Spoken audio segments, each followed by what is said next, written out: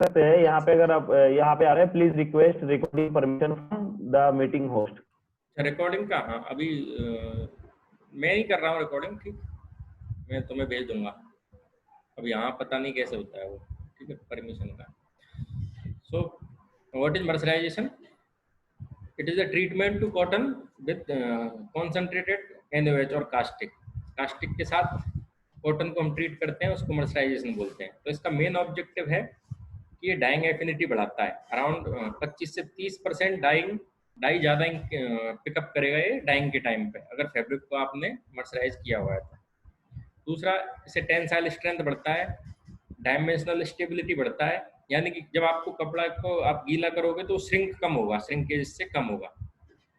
Removal of dead cotton और lustre बढ़ जाएगी, यानी आप एक मर्सराइज्ड फैब्रिक को डाई करोगे और एक अनमर्सराइज्ड फैब्रिक को डाई करोगे तो आपको मर्सराइज किया हुआ फैब्रिक ज़्यादा लश्चरस दिखेगा। And destruction of cuticle is a part of cotton fibre, तो उसको हम डिस्ट्रॉय करके, क्योंकि इसकी वजह से आपका डाइंग एफिनिटी थोड़ा कम होता है और it's a kind of dead cotton, तो उसको रिमूव करता है। तो ये हम जो चेंज जो फाइबर में होता है ना, हमने बताया था कि कॉटन का क्रॉस सेक्शनल शेप होता है kidney shape. So you can see it, ऐसा शेप होता है कॉटन का क्रॉस सेक्शन। अगर आप उसको कट करके देखोगे तो ये है किडनी शेप या बीन शेप, जो बीन का सीड होता है उसकी शेप का होता है। When we treat it with concentrated caustic, और हम जब इसको मर्सराइज करते हैं तो ये स्वेल होता है, यानी फूलेगा तो क्या है, जो बीन शेप से थोड़ा सर्कुलर शेप में आएगा, जैसे इसमें देख सकते हो आप थोड़ा सर्कुलर शेप में आया है। तो उस वजह से इसमें अंदर OH number of OH group बढ़ते हैं, जिससे आपका डाइंग एफिनिटी भी बढ़ता है, क्रिस्टलिनिटी में भी चेंजेस आता है, जिससे आपका टेंसाइल स्ट्रेंथ बढ़ता है। तो बहुत सारे स्ट्रक्चरल चेंज आते हैं कॉटन में बिकॉज ऑफ मर्सराइजेशन। तो ये होता क्या है, तो ये डेवलप किया था जॉन मर्सर, यूके के साइंटिस्ट थे उन्होंने, इसलिए इसका नाम उनके नाम पे पड़ा है मर्सराइजेशन। तो इसमें कॉन्सेंट्रेट 25% सॉल्यूशन ऑफ NaOH हम इसमें लेते हैं।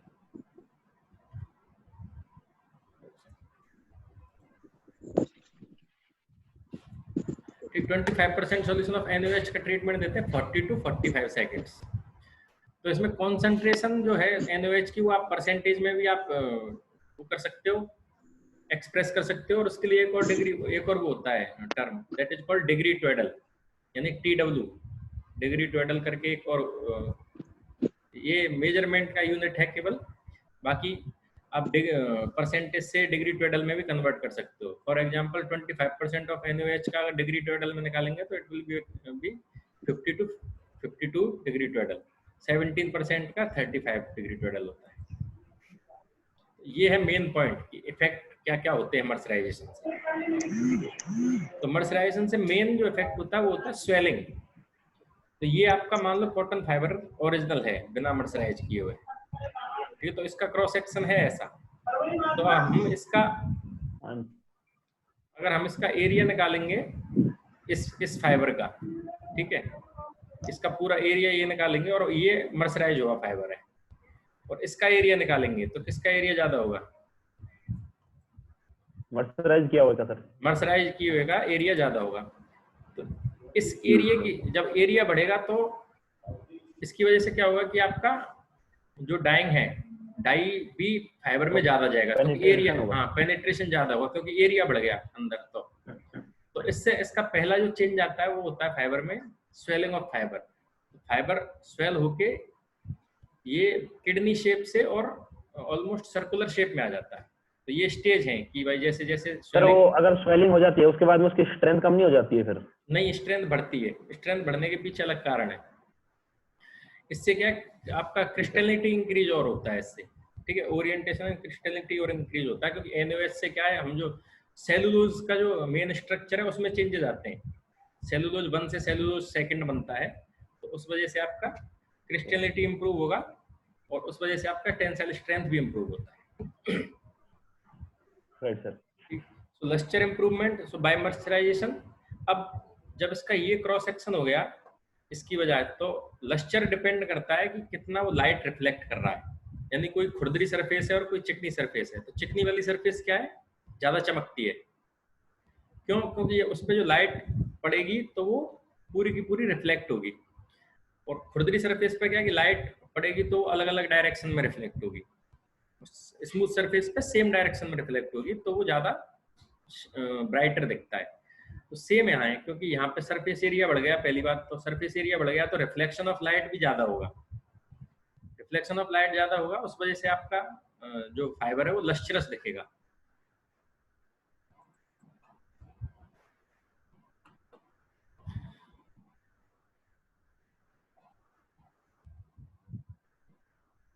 ठीक, तो इस टेंसाइल स्ट्रेंथ के पीछे एक कारण वो भी है कि आपका ल्यूमेन। ल्यूमेन क्या होता है? ल्यूमेन आपने सुना है कॉटन में ल्यूमेन? ये फाइबर देख रहे हो, ये फाइबर में ये जो अंदर का ब्लैंक स्पेस है इसको ल्यूमेन बोलते हैं। ये चारों तरफ सेलुलोज होता है और ये बीच में ब्लैंक स्पेस होता है, इट इज कॉल्ड ल्यूमेन। ये देख रहे हो अनट्रीटेड फाइबर में, यानी जो मर्सराइज नहीं किया हुआ है उसमें ये ल्यूमेन ज्यादा दिख रहा है और इसमें ल्यूमेन गायब हो गया। तो ये भी एक कारण है कि इसका टेंसाइल स्ट्रेंथ इंप्रूव होता है, क्योंकि when you treat the fibre with NaOH तो आपका ल्यूमेन डिसअपियर हो जाता है due to swelling of the fibre, और उसकी वजह से आपका स्ट्रेंथ भी इंक्रीज होता है। After mercerization fabric absorb extra chemical और डाई अपटेक। तो मेन तो हमारा डाई से रिलेशन है इसका, कि जब आपने मर्सराइज किया तो ये डाइंग में बहुत ज्यादा extra dye around 25 to 30% absorb करेगा। So in case of dyeing, we get higher depth of shade in comparison to unmercerized, and chemical effect will be also higher. तो जब हम शेड कंपैरिजन करेंगे एक मर्सराइज्ड फैब्रिक का और एक अनमर्सराइज्ड fabric का सेम परसेंटेज पे अगर करेंगे तो डेप्थ ऑफ शेड आपका मर्सराइज्ड फैब्रिक में ज्यादा आता है।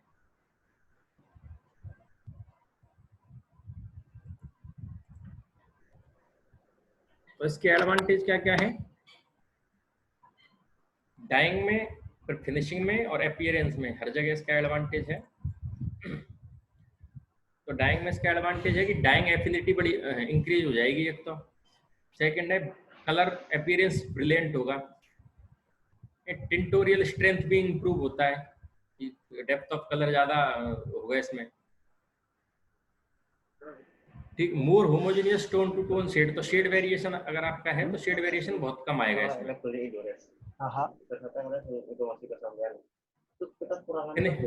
फिनिशिंग में क्या चेंज आएंगे कि डायमेंशनल स्टेबिलिटी अच्छी हो जाएगी, क्योंकि आपका फाइबर ऑलरेडी स्वेल हो चुका है तो apa yang kita terima kita langsung kirim ke sana. Pasti pas Pak, kita berapa kali pernah coba, dia gak nakal ini. Rohit ji mute कर लो। By mistake, sorry by mistake.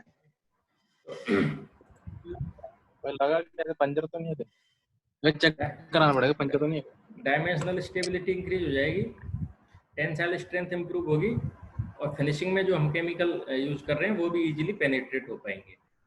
Appearance में क्या क्या change आते हैं, लस्टर इंप्रूव होगी, brilliancy आएगी, handling अच्छी होगी, सॉफ्ट हो जाएगा थोड़ा, coverage of dead and immature cotton, यानी डेड और इमेच्योर कॉटन रिमूव हो जाएगा इसमें से, and regular geometry of the structure, यानी कि वो बीन शेप से आपका सर्कुलर शेप में आ जाएगा, तो उस वजह से आपका लस्टर भी अच्छा होगा।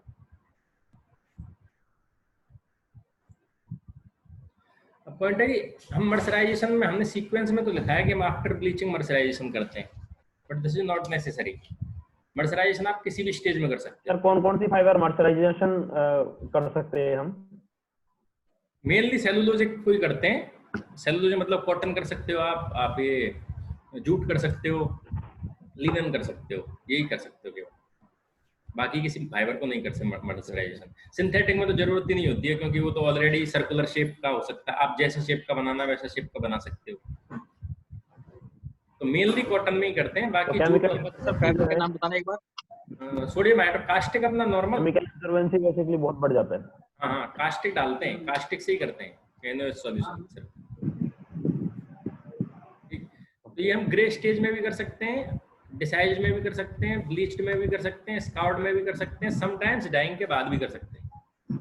तो वो जैसा जिसका सूटेबिलिटी है वो वैसे, हाँ वैसे करते हैं, पर मेनली जो किया जाता है वो आफ्टर ब्लीचिंग किया जाता है।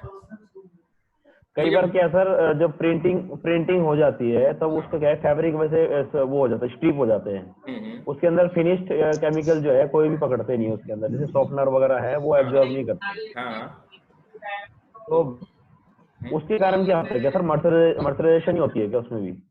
नहीं उसमें नहीं, वो जो प्रिंटिंग की बात कर रहे हो पिगमेंट प्रिंटिंग में होता होगा मोस्टली। पिगमेंट प्रिंटिंग प्रिंटिंग में होती है। तो नॉर्मल प्रिंटिंग में कौन सी प्रिंटिंग करते हो उस पर डिपेंड करता है। जैसे ब्लॉक प्रिंट वगैरह करते हैं, हाँ ब्लॉक प्रिंटिंग कर रहे हो, लेकिन प्रिंटिंग में डाई काम में ले रहे हो या पिगमेंट काम में ले रहे हो? ओके हाँ तो पिगमेंट वो में तो रिएक्टिव टाइम, रिएक्टिव दी, तो रिएक्टिव में तो नहीं होना चाहिए, क्योंकि रिएक्टिव में थिकनर का प्रॉब्लम हो सकता है। वो जो तुम बोल रहे हो ये प्रॉब्लम थिकनर से रिलेटेड हो सकती है, ठीक है, क्योंकि आपका थिकनर की वजह से हाँ अगर जैसे सर हम पिगमेंट डाइंग भी कर लेते हैं, पिगमेंट प्रिंट कर लेते हैं, तो प्रिंटिंग किया हुआ कपड़े को क्या सर मर्सराइजेशन कर सकते हैं हम?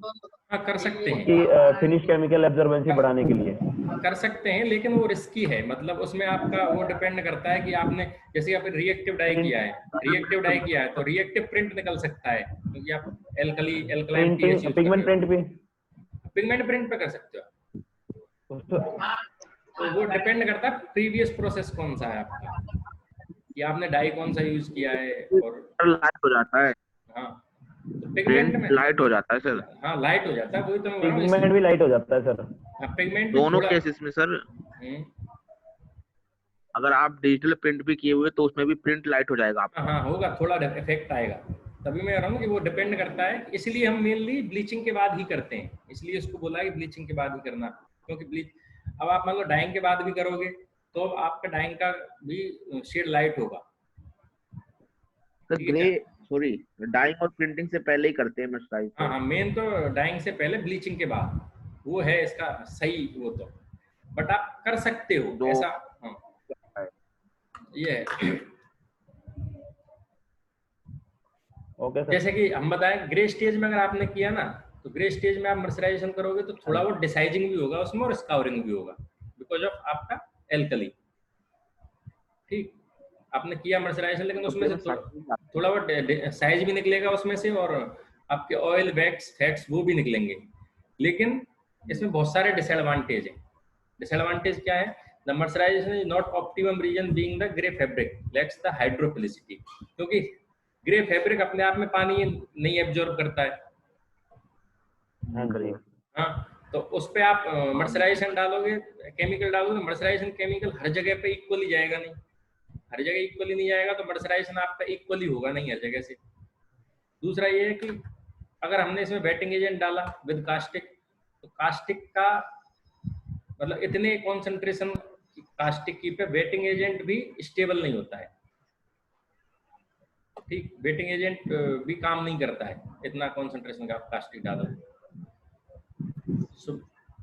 ये मैंने बताया था कि आपका हाँ mercerization is not even due to differential takes up in warp and weft due to sizing, क्योंकि आपका ग्रे फैब्रिक में आपने किया तो साइजिंग कहाँ है? सिर्फ वार्प पे है, वेफ्ट पे तो साइज है नहीं। हाँ जी। तो साइज आपका अपने आप ही केमिकल को अंदर आने से रोकेगा, तो आपका वेफ्ट में अलग मर्सराइजेशन होगा, वार्प में अलग होगा, क्योंकि साइज की वजह से आपका केमिकल वार्प पे इतना अच्छा जा नहीं पा रहा है जितना वेफ्ट पे जा रहा है। हाँ तो इसलिए ये सब सारे प्रॉब्लम होते हैं, इसलिए हम इसको आफ्टर ब्लीचिंग ही करते हैं। Recovery of caustic is not easy. Recovery of caustic क्यों इजी नहीं है? क्योंकि इसमें बताऊं क्या करते हैं, मर्सराइजेशन जो हम करते हैं ना, क्योंकि आप 25% कास्टिक काम में ले रहे हो, 25%, तो आप उस पानी को ऐसे ही नहीं फेंकते हैं, उसमें से रिकवर करते हैं कास्टिक, क्योंकि 25% का 25% तो रहा नहीं। जब ब्लीचिंग के बाद हम मर्सराइजेशन करते हैं तो ब्लीचिंग तक फैब्रिक इस मतलब इम्प्योरिटीज से फ्री होता है, कोई भी इम्प्योरिटी होती नहीं है। डिसाइजिंग हम कर चुके हैं और आपके स्काउरिंग हम कर चुके हैं, तो उसमें कोई इम्प्योरिटी नहीं रहती। तो आप वो कास्टिक जो है वो आप रीयूज कर सकते हो, रिकवर करके वापस यूज करते हैं, ये प्रोसेस है एज यूजुअल। लेकिन आपने ग्रे स्टेज में किया तो उसमें क्या आएगा, आपका डिसाइजिंग के स्टार्च आ जाएगा भाई, स्टार्च आ जाएगा ना उसमें निकल के, डिसाइजिंग का तो स्टार्च भी तो निकलेगा, ऑयल एंड वैक्स भी निकलेगा थोड़ा बहुत, तो NaOH सॉल्यूशन में ये सब इम्प्योरिटी आ जाएंगी, तो उसको आप रिकवर करके रीयूज नहीं कर सकते। तो इसलिए हम ग्रे यूज उसमें नहीं करते हैं जनरली डिसाइड। ठीक है, ऐसे ही आप आफ्टर डिसाइजिंग भी कर सकते हो करने को। तो लेकिन सबका अपना डिसएडवांटेज और एडवांटेज, इसलिए ये प्रेफर किया जाता है कि आफ्टर ब्लीचिंग ही हम इसको स्काउरिंग करेंगे। ठीक, आफ्टर डिसाइज में क्या है कि अगर हम एडवांटेज की बात करें तो ये जो एडवांटेज है ये ग्रे के कंपैरिजन में, ना कि ब्लीचिंग के कंपैरिजन में, कि आप ग्रे फैब्रिक का डिसाइजिंग कर रहे हो और एक ग्रे फैब्रिक का स्काउरिंग कर रहे हो और एक डिसाइज होने के बाद स्काउरिंग कर रहे हो। तो डिसाइजिंग होने के बाद अगर स्काउरिंग कर रहे हो तो उसमें आपको स्टार्च नहीं मिलेगा, क्योंकि स्काउरिंग में डिसाइज फैब्रिक में स्टार्च हम रिमूव कर चुके हैं। तो जब हम स्काउरिंग करेंगे तो कास्टिक में स्टार्च नहीं आएगा, इम्प्योरिटी कम आएगी, तो उसमें आप रिकवर करके वापस यूज कर सकते हो वो आपका एल्कलाइन सॉल्यूशन। ठीक है, ग्रे में नहीं कर सकते हो, ग्रे में आपका इम्प्योरिटीज कास्टिक में बहुत ज्यादा आ जाएगा ग्रे स्टेज के बाद अगर आपने मर्सराइजेशन किया तो। सो बेस्ट जो वो है प्रेफरेबल स्टेज वो है स्काउर्ड और ब्लीच्ड स्टेज। ठीक है, ब्लीच इसको ऑब्लिक क्यों किया है, क्योंकि ब्लीचिंग हमें कहाँ जरूरत होती है, जहाँ हम लाइट और मीडियम शेड हम डाई कर रहे हैं, तो इन दैट केस आपको आफ्टर ब्लीच करना है, और जहाँ पर डार्क शेड हम डाई कर रहे हैं वहाँ आफ्टर स्काउरिंग आप डिसाइजिंग कर सकते हो। ठीक है, तो मेन जो करते हैं हम, हाँ मेन जो ब्लीचिंग मर्सराइजेशन प्रेफर किया जाता है वो इसका आफ्टर स्काउरिंग और आफ्टर ब्लीचिंग किया जाता है। ठीक है, क्यों, क्योंकि these two stages give very good luster property and mercerized effect as the degree of hydrophilicity is high। Hydrophilicity मतलब होता है पानी एब्जॉर्ब करने की एब्जॉर्बेंसी जो बोलते हैं ना, दैट इज कॉल्ड हाइड्रोफिलिसिटी। क्योंकि स्कार्ड और ब्लीच फैब्रिक में एब्जॉर्बेंसी अच्छी होती है, एब्जॉर्बेंसी अच्छी होती है तो आपका मर्सराइजेशन इवन होगा, पूरे उसमें फैब्रिक में इवन होगा तो आपका डाइंग भी इवन आएगा। लेकिन अगर आपने ग्रे में कर दिया तो आपने मर्सराइजेशन इवन नहीं होगा, मर्सराइजेशन इवन नहीं होगा तो फिर आपका डाइंग भी इवन नहीं होगा, क्योंकि जिस जिस पार्ट पे मर्सराइजेशन अच्छा हुआ वहाँ डाई पिकअप ज्यादा होगा, जिस जिस पार्ट पे नहीं हुआ वहाँ डाई पिकअप लो होगा। फॉर एग्जाम्पल वार्प में हमने मर्सराइजेशन किया ग्रे फैब्रिक का, तो वार्प में तो आपका डाई पिकअप कम होगा और वेफ्ट में ज्यादा होगा। क्यों, क्योंकि वार्प का साइज है तो केमिकल अच्छे से उसको कास्टिक अच्छे से मर्सराइज कर नहीं पाएगा, हाँ कर नहीं पाएगा वार्प को, और वेफ्ट को अच्छे से कर देगा। अगर आप डाइंग करोगे सेम फैब्रिक का तो ये प्रॉब्लम आएगी, तो इसलिए स्कार्ड और ब्लीच स्टेज में ही प्रेफर करते हैं इसको। अब मेन है कि इसको वो कैसे करेंगे, हम मेजर कैसे करेंगे कि फैब्रिक मर्सराइज हुआ है या नहीं हुआ। तो इसके लिए एक टर्म है बेरियम एक्टिविटी नंबर और बैन नंबर बोलते हैं इसको, BAN। ठीक है, आपने सुना होगा अगर किसी ने इसमें काम किया है तो। बैन नंबर से हम पता लगाते हैं कि आपका फैब्रिक मर्सराइज हुआ है नहीं हुआ। तो ये इसके लिए क्या है कि इसके लिए प्रोसेस है कि बेरियम हाइड्रोक्साइड करके एक केमिकल होता है, वो आपका फैब्रिक वो केमिकल कितना एब्जॉर्ब करता है वो हम मेजर करते हैं, तो मर्सराइज फैब्रिक और अनमर्सराइज फैब्रिक दोनों का। तो बेरियम एक्टिविटी नंबर का फॉर्मूला है amount of barium hydroxide absorb by the mercerise fabric divided by same chemical absorb by the unmercerise fabric into 100। ये फॉर्मूले में हम वो वैल्यूज पुट करेंगे, तो उसके बाद ये बैन नंबर जो है ये आना चाहिए 120 से 130 के बीच में आना चाहिए आइडियली। अगर इसके बीच में आया तो मतलब आपका मर्सराइजेशन है वो मर्सराइजेशन हुआ है, हाँ प्रॉपर हुआ है, यानी प्रॉपर तो ऑलमोस्ट 20% बढ़ गया। बेरियम, हाँ वो जो आपका बेरियम हाइड्रोक्साइड एब्जॉर्बेंसी है ऑलमोस्ट 20 to 30%, हाँ 20 to 30%। सेम इंप्रूवमेंट फिर आपका इसका डाइंग में आता है। डाई भी फिर उतना ही पिकअप एब्जॉर्बेंसी आपका डाइंग में बढ़ जाता है। ठीक है, इसमें कुछ है डाउट आपको? अच्छा, इसका मशीन वो मेरे पास शायद वीडियो है, मशीन देखो इसका ये है, इसमें देखने से कुछ समझ में आएगा नहीं। ठीक है, इसमें देखने से समझ में आएगा नहीं, लेकिन इसमें मशीन क्या होता है, इसमें भी दो तरह की होती है मर्सराइजेशन भी। एक बोलते हैं चेन मर्सराइजेशन और एक बोलते हैं स्लैक मर्सराइजेशन। ठीक है, चेन मर्सराइजेशन में क्या है कि फैब्रिक को विड्थ में लेके चलते हैं और साइड में चेन होती है। मैं देखता हूँ, मेरे पास वीडियो होगा इसका, अगर शेयर हो पाए। क्या है, कभी आवाज आ रही है साढ़े। तो उस पे क्या है, हम स्प्रे करते हैं केमिकल, जो कास्टिक है वो ऊपर से स्प्रे करते हैं, कास्टिक स्प्रे करेंगे और साइड से चेन से होल्ड करके चलेंगे। तो एक उसको तो बोलते हैं हम चेन मर्सराइजेशन। स्लैक मर्सराइजेशन में क्या है कि ओपन विड्थ फॉर्म में होता है, यानी हम ग्रिप नहीं करते हैं साइड से। और मेरे पास इसका वीडियो होगा तो मैं आपको उस पर व्हाट्सएप पर शेयर कर दूंगा मर्सराइजेशन का, ठीक है, कि कैसे होता है वो। तो फैब्रिक को बिना डिप करे कर देते हैं क्या सर वो? नहीं, स्लैक मर्सराइजेशन में इसमें स्प्रे करते हैं, जनरली डिप नहीं करते, केमिकल स्प्रे करते हैं। वही कह रहा हूँ मैं। हाँ, तो फिर केमिकल की जो वो है उसका वो केमिकल रह नहीं जाता कपड़े के अंदर ना, बाद में न्यूट्रलाइज करना पड़ता है, न्यूट्रलाइज करना पड़ता है। आप 25% एल्कली यूज में कर रहे हो तो आप ऐसे वॉश करके नहीं छोड़ सकते। तो उसमें आप एसिटिक एसिड से न्यूट्रलाइज करना पड़ता है। फिर मर्सराइजेशन का बाद में न्यूट्रल करते हैं? हाँ, बाद में न्यूट्रल करना पड़ेगा आपको, एसिटिक एसिड से न्यूट्रलाइज करना पड़ेगा। उसका न्यूट्रलाइजेशन का मैं वीडियो आपको व्हाट्सएप पर शेयर करूंगा, वो देखोगे आप तो आपको समझ में आ जाएगा कैसे होता है, मशीन पे कैसे होता है। ठीक है सर, ओके। एक क्वेश्चन है। हाँ हाँ, बोलिए सर, ये जो मर्सराइजेशन में जो हम कास्टिक यूज करते हैं, इसका क्या परसेंटेज वगैरह होता है इसके यूज में, जो आपने 25% कुछ बताया है? हाँ, ये एक्चुअली 18 से और 25% के आसपास होता है। 18% से 24% के ऊपर ये अकॉर्डिंग टू जीएसएम पे डिपेंड करेगा ये, मतलब ये। अच्छा, हाँ, फिक्स नहीं है ये। 18 से 25% है, लेकिन फिक्स नहीं है वो, आपके जीएसएम पे डिपेंड करेगा, क्योंकि अगर आपका लाइट जीएसएम है तो उसमें आप 25% यूज में नहीं ले सकते जी। ठीक है, तो वो जीएसएम के हिसाब से हम वो ऊपर नीचे करते हैं उसका कॉन्सेंट्रेशन।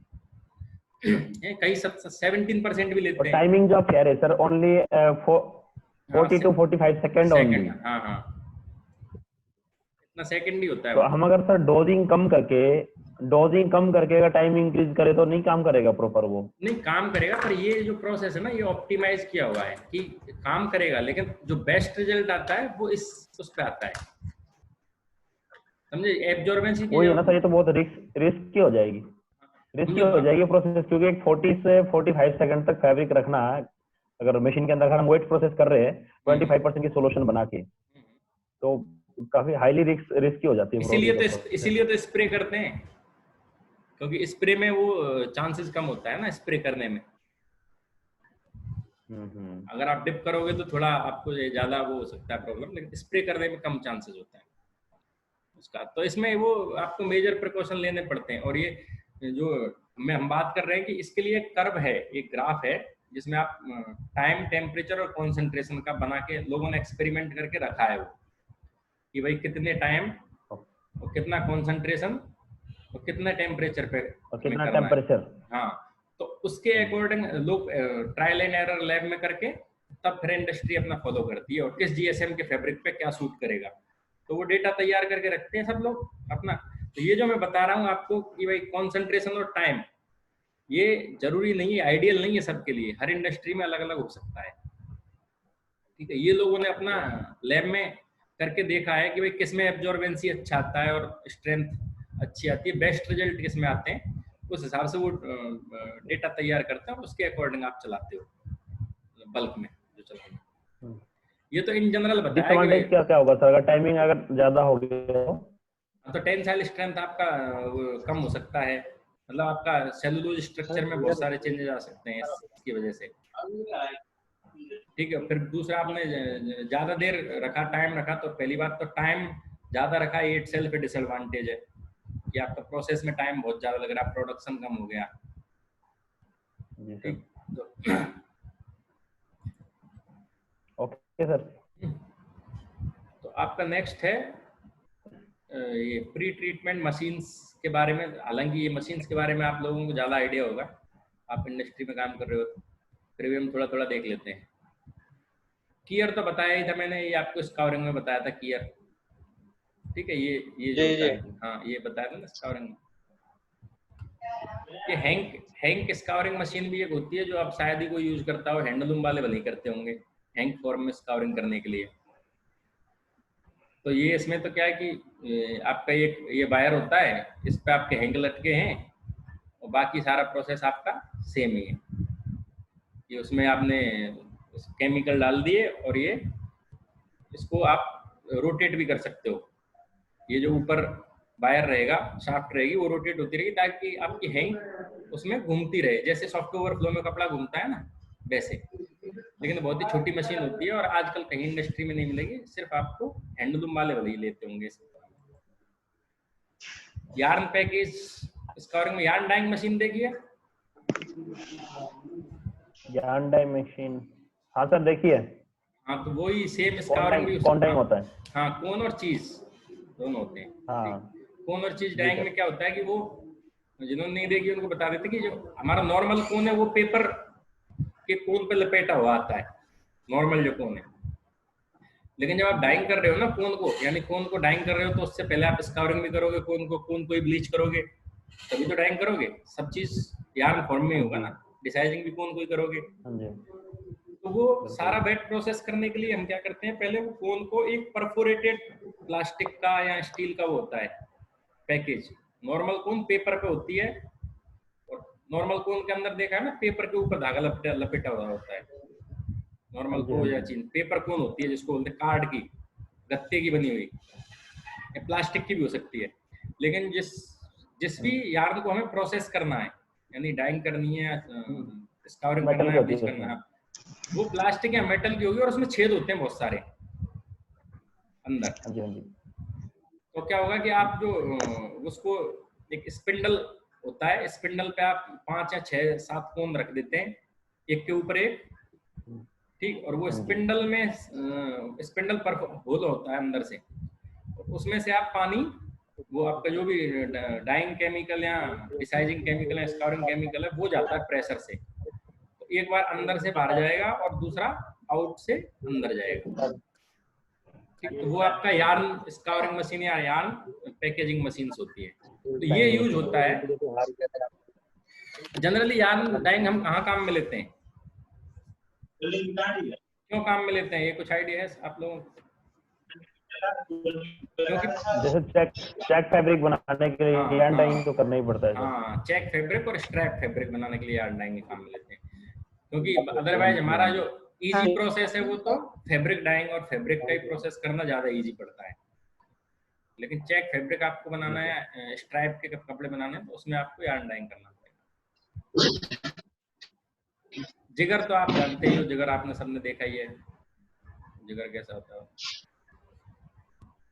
तो ये ओपन जिगर है, क्लोज्ड जिगर भी होते हैं जो क्लोज रहता है ऊपर से, ठीक है। ये देखा होगा, तो लगभग सब लोगों ने देखा होगा जिगर। ये आपका हीट करने के लिए है, ये फैब्रिक रोल इधर से जाएगा, यहाँ टिप होगा, दूसरी साइड में हो जाएगा, फिर रिवर्स होता रहता है ये ऐसे रोल होगा। हाँ, रोल यहाँ हो गया कंप्लीट, उसके बाद रोल कंप्लीट होने के बाद रिवर्स हो जाएगा ऐसे, फिर इस पे लपेटे। तो कितने साइकिल करने हैं हमें, वो हमारे प्रोसेस पे डिपेंड है कि कितनी बार हमें रिवर्स करना है।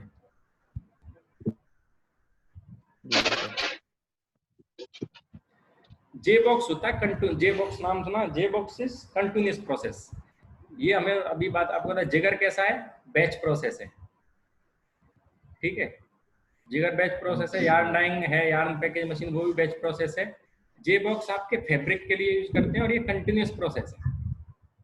तो ये आपके ब्लीचिंग में भी यूज काम में आता है, डाइंग में भी काम में लेते हैं, आपके डिसाइजिंग में भी काम में लेते हैं, स्काउरिंग में भी लेते हैं, सब में लेते हैं। तो जे बॉक्स में फोटो होगा शायद जे बॉक्स का, ये है जे बॉक्स। जे बॉक्स इसको बोलते हैं, जे बॉक्स ये दिख रहा है ना, ये क्योंकि ये जे शेप में है इसलिए इसको जे बॉक्स बोलते हैं। तो इसका एडवांटेज क्या है जेबॉक्स का, आजकल यही सब जगह ज्यादा काम में लेते हैं, जो भी बड़ी इंडस्ट्री है वहां आपका कंटिन्यूअस चलता है, कंटिन्यूअस प्रोसेस है, तो प्रोडक्शन बहुत ज्यादा हाई होता है इसमें। दूसरा ये है कि आपको मटेरियल एक जगह से दूसरी जगह शिफ्ट नहीं करना पड़ता। मान लो आप जिगर काम में ले रहे हो, तो ब्लीचिंग किया, फिर आपने डाइंग के लिए, फिर आपको कहीं और ले गए। इसमें क्या है कि आप एक साइड से स्टार्ट करोगे, इस वहां से सिंजिंग से स्टार्ट करोगे, सिंजिंग होने के बाद डिसाइजिंग, स्कावरिंग, ब्लीचिंग, मर्सराइजेशन अगर आपको करना है तो, अदरवाइज आपका डाइंग कंटिन्यू फ्लो में रहता है। तो ये कंटिन्यूस प्रोसेस है आपका। ठीक, तो ये जे बॉक्स का काम क्या रहता है, इसमें हम ड्यूअल टाइम देते हैं। ड्यूअल टाइम मतलब कपड़े को जैसे डाइंग कर रहे हो आप, तो यहाँ आपने डाई डाल दिया इसमें, ठीक है, डाइंग डाई, और इसमें डाई डाल दिया, एक नेक्स्ट उसमें आपने अदर केमिकल डाल दिया, जैसे कि रिएक्टिव डाई कर रहे हो तो यहाँ रिएक्टिव डाई डाल दिया, फिर बाद में सॉल्ट एंड सोडा डाल दिया, फिर टेम्परेचर पे गया, उसके बाद उसको छोड़ते हैं हम यहाँ ड्यूअल टाइम, कि वो जो कपड़े में और केमिकल के बीच में जो रिएक्शन है वो कंप्लीट हो जाए। तो वो जे बॉक्स में हम उसको उतने टाइम के लिए छोड़ते हैं उसको। तो यहाँ पे क्या है, जो छोड़ते हैं का मतलब है कि फीड है वो फीड रेट रहेगा ज्यादा और आउटपुट रेट रहेगा कम, तो कपड़ा यहाँ इकट्ठा रहता है, ताकि उसको नेक्स्ट प्रोसेस में जाने से पहले उतना टाइम मिले कि वो टोटली उसका जो केमिकल रिएक्शन है सेलुलोज का और केमिकल्स का, वो कंप्लीट हो सके। तो जे बॉक्स है आपका कंटिन्यूअस प्रोसेस जो सबसे ज्यादा यूज में होता है। बिंच सुना है आपने बिंच का नाम? जी सर। बेंच जो हम सॉफ्ट फ्लो बोलते हैं ना, ये इसकी सॉफ्ट फ्लो की शुरुआत बेंच से ही हुई थी। पहले ये बनी, फिर बाद में आपका ये आपके जेट डाइंग बनी, जेट डाइंग के बाद फिर आपका सॉफ्ट ओवरफ्लो डाइंग मशीन बनी। तो बेंच में, इसको बेंच बोलते हैं, इसमें बेसिकली ये इस टाइप का अरेंजमेंट रहता है, रोप फॉर्म में डाई होता है इस पे कपड़ा, इसको बोलते हैं बेंच। ये दिख रहा है ना आपको, क्योंकि इसका एलिप्टिकल शेप होता है रोलर का, इसको बेंच बोलते हैं। ठीक, बाकी इसमें डाइंग एंड केमिकल्स हम डाल देते हैं। तो आप देखोगे ये इसी टाइप का बेंच आपके सॉफ्ट ओवरफ्लो में भी होता है, जो ऊपर कपड़ा घूमता है ना, तो वहां ऐसा ही रोलर होता है, वो कपड़े को खींचता है ऊपर से। ठीक है, आज यहीं तक है। तो मैं आपको वो वाला बताता हूँ कल, नायलॉन वाला जिसने